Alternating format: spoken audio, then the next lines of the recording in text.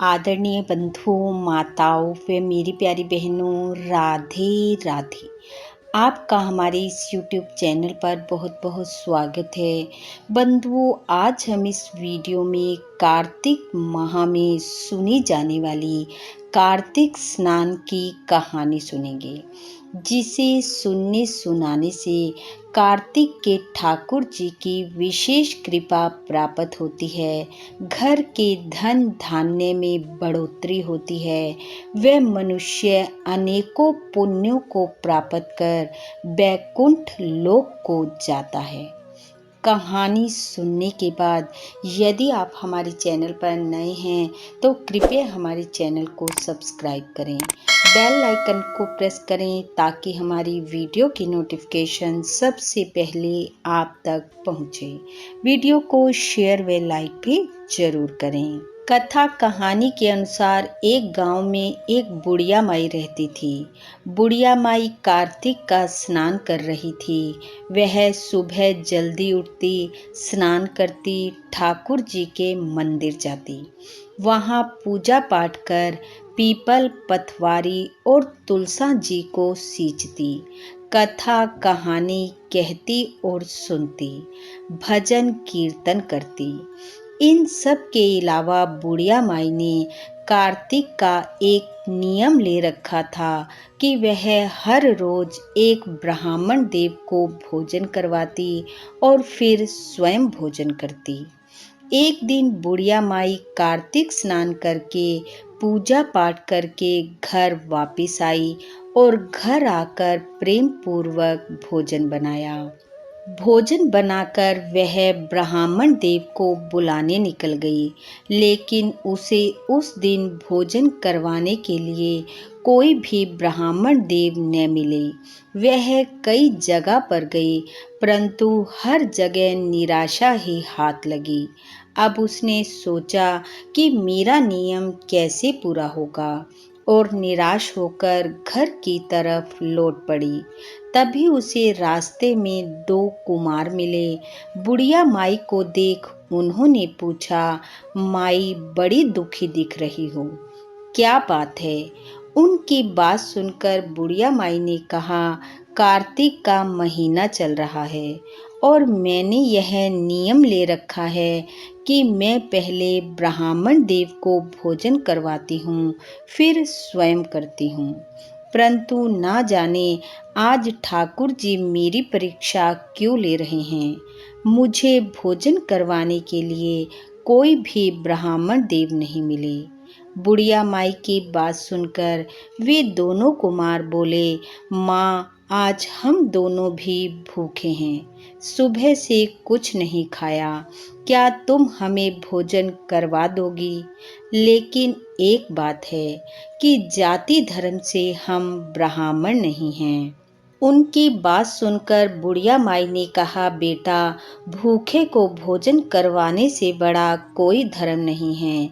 और वह दोनों कुमारों को अपने साथ घर ले आई, प्रेम पूर्वक दोनों को बिठाया और फिर भोजन करवाया। भोजन कर जब वे जाने लगे तो उनमें से जो बड़ा कुमार था उसने कहा, माँ, तुम्हें किसी वस्तु की आवश्यकता है तो मांग लो। बुढ़िया माई ने कहा, बेटा, मुझे किसी चीज की आवश्यकता नहीं है, बस एक चिंता है। कुछ समय पहले इस नगर के राजा के पास से कुछ मोती मूंगा मांग कर लाई थी, बस ये ही सोचती रहती हूँ कि वो कैसे वापस करूँगी। वो बड़ा कुमार बोला, माँ, तुम चिंता मत करो। उन्होंने बुढ़िया माई के आंगन में एक पेड़ लगा दिया और चलने लगे। बुढ़िया माई ने कहा, बेटा, तुम कौन हो, क्या अपना परिचय नहीं दोगे? तब वे बोले, माँ, हम दशरथ नंदन राम और लक्ष्मण हैं। इतना कहकर वह चल दिए और बुढ़िया माई उन्हें एकटक निहारती रह गई। सुबह जब बुढ़िया माई सोकर उठी तो उसने देखा आंगन में लगे पेड़ से झड़े हुए मोती मूंगा धरती पर पड़े हैं। बुढ़िया माई मन ही मन बहुत प्रसन्न हुई। उसने ठाकुर जी का धन्यवाद करते हुए कहा, चलो अब राजा का उधार तो चुक जाएगा। फिर उसने अपना रोज का नित्य नियम किया और उन मोती मूंगा को उठाकर राजा का उधार चुकाने चल पड़ी। महल में पहुंची और जाकर राजा के मंत्री को मोती मूंगा देते हुए कहा कि मैं ये मोती मूंगा वापस कर अपना उधार चुकाने आई हूँ।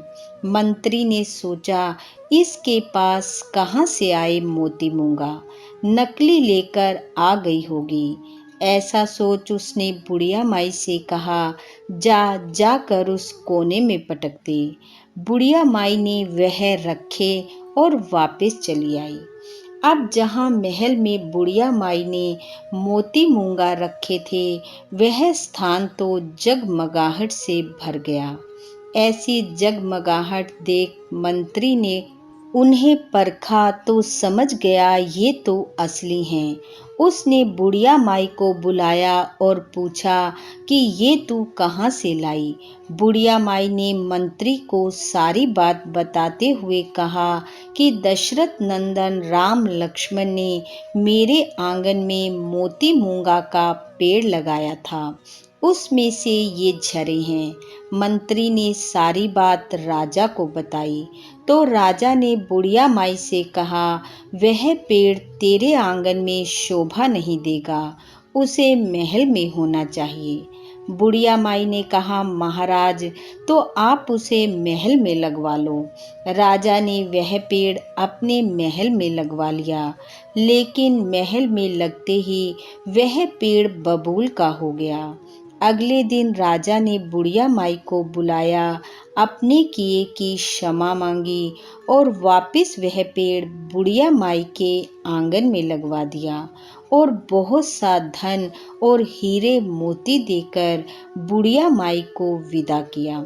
और इस प्रकार बुढ़िया माई के बहुत सा धन हो गया। बुढ़िया माई उस धन से बहुत से दान धर्म के कार्य करने लगी, जिससे उसे अत्यधिक पुण्यों की प्राप्ति हुई और अंत में वह बैकुंठ लोक को गई। बोलो कार्तिक की ठाकुर जी की जय। हे ठाकुर जी, जैसी कृपा आपने बुढ़िया माई पर की, वैसी सब पर करना। इस कथा कहानी को सुनने वाले सुनाने वाले सबके घर अन्न धन सुख समृद्धि से भरना।